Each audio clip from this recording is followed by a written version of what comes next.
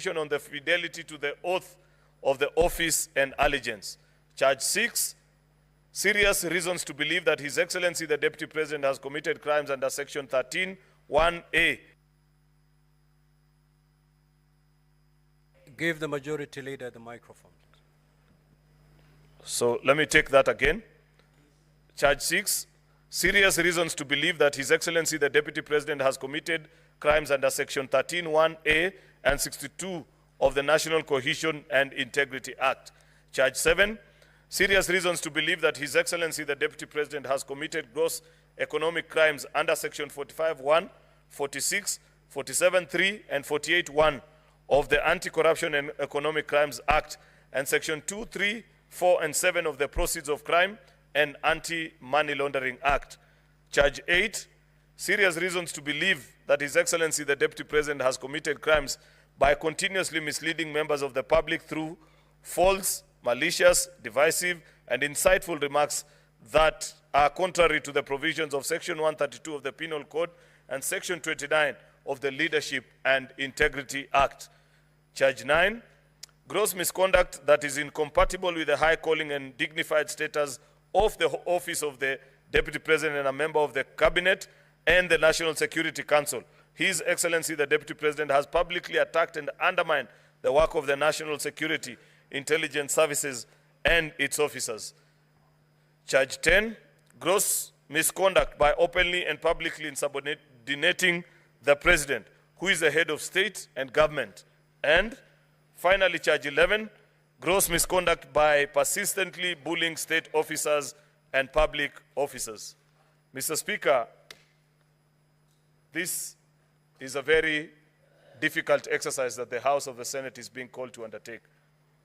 It's the first time in the history, actually, of this country that this is happening. Though under the old constitution, pre-2010, Mr. Speaker, the process wasn't available. To the best of my recollection, I don't remember this kind of an exercise where the Senate is being invited to agree to charges initiated by the sister house and confirm them after listening to both parties that appeared before us in the National Assembly versus His Excellency Rigathi Gachagua the last 2 days. Mr. Speaker, I do this with a heavy heart because His Excellency the Deputy President is somebody that is well known to me. I consider him, Mr. Speaker, more than a colleague in the leadership of this country, more even than just a normal acquaintance in social circles. Majority Leader, you are called upon to give notice. Notice? Oh, okay. Apologies. Mr. Speaker.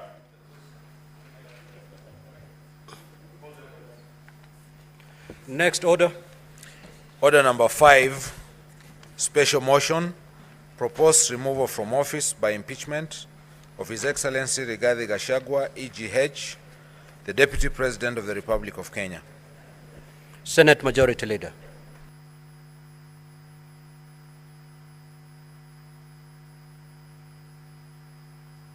Mic, please. My apologies, Mr. Speaker. I now hereby move the motion, which is a proposed removal from office by impeachment of His Excellency Rigathi Gachagua, EGH, the Deputy President of the Republic of Kenya.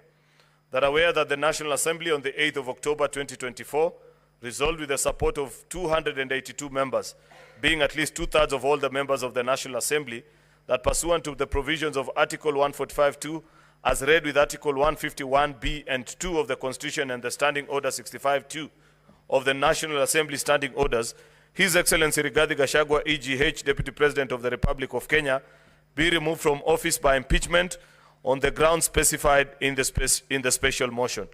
Whereas by letter, reference NA/DLP/TBO/MTS 2024 into bracket 025, dated 8th of October 2024, and received in the office of the Speaker of the Senate on the 9th of October 2024, the Speaker of the National Assembly informed the Speaker of the Senate of the approval of the special motion by the National Assembly and further forwarded to the Speaker of the Senate documents in evidence of the proceedings of the National Assembly. Further, whereas pursuant to Article 145, as read with Article 151 and 2 of the Constitution and the Standing Orders 78 and 79 of the Senate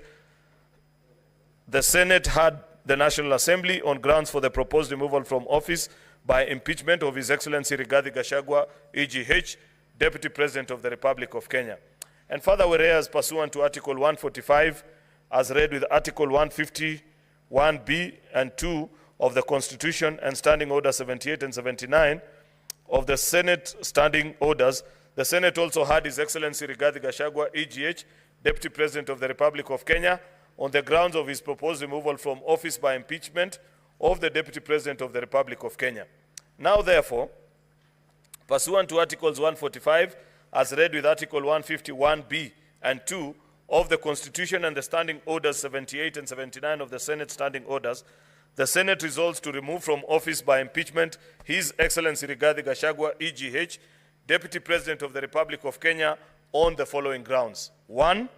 Gross violation of Articles 10(2)(a), B, and C, Article 27(4), 73(1)(a), and 2B, Article 75(1)(c), and 129(2) of the Constitution, and Article 147(1), as read together with Article 131(2)(c) and D of the Constitution. Charge 2, gross violations of Articles 147 and 152 of the Constitution by undermining the President and the Cabinet and effective discharge of the national government's executive mandate.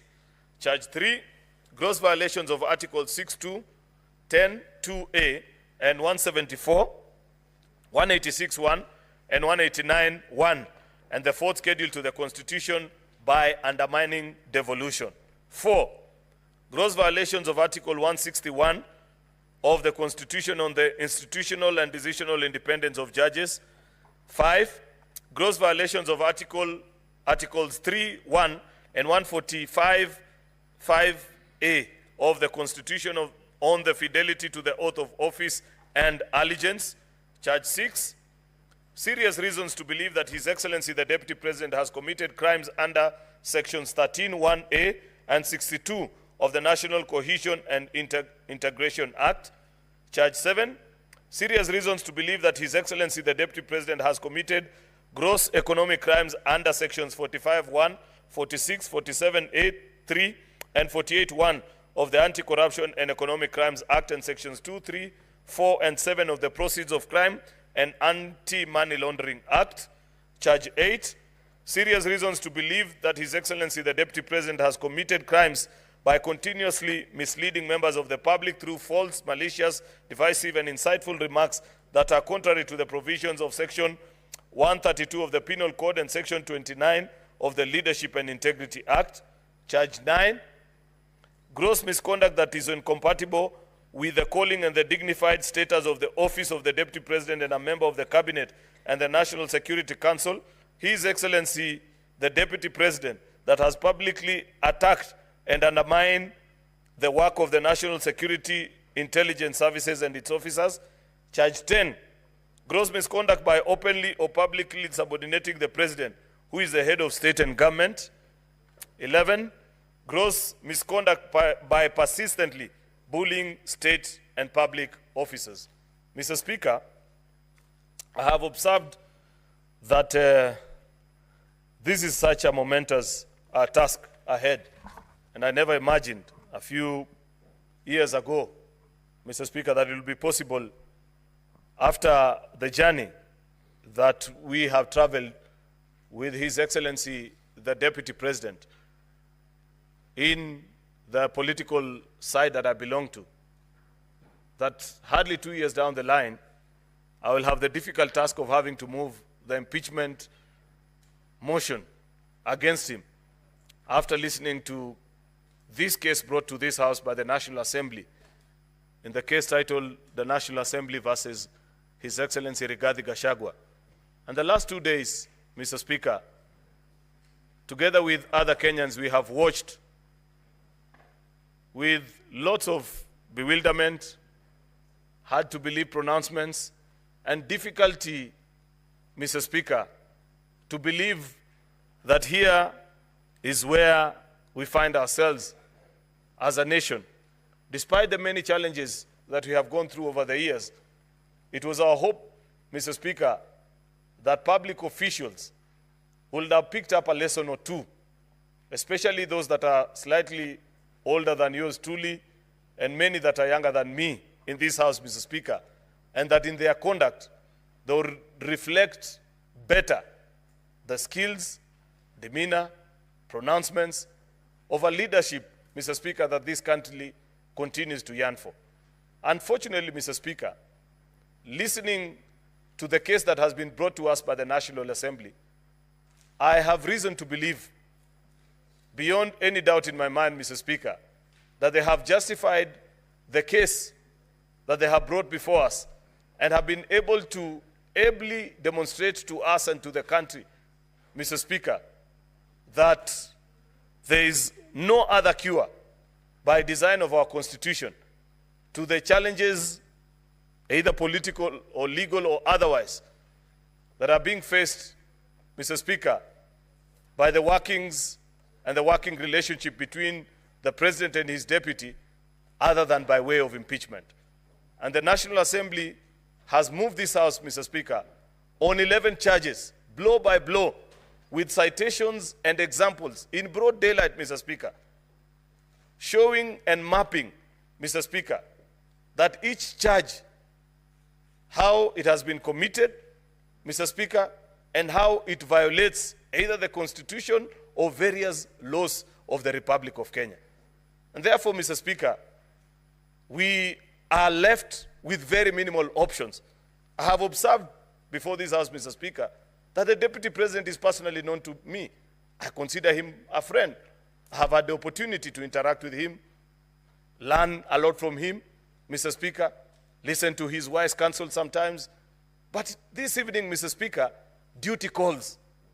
And when duty calls, Mr. Speaker, there is very little that we can do.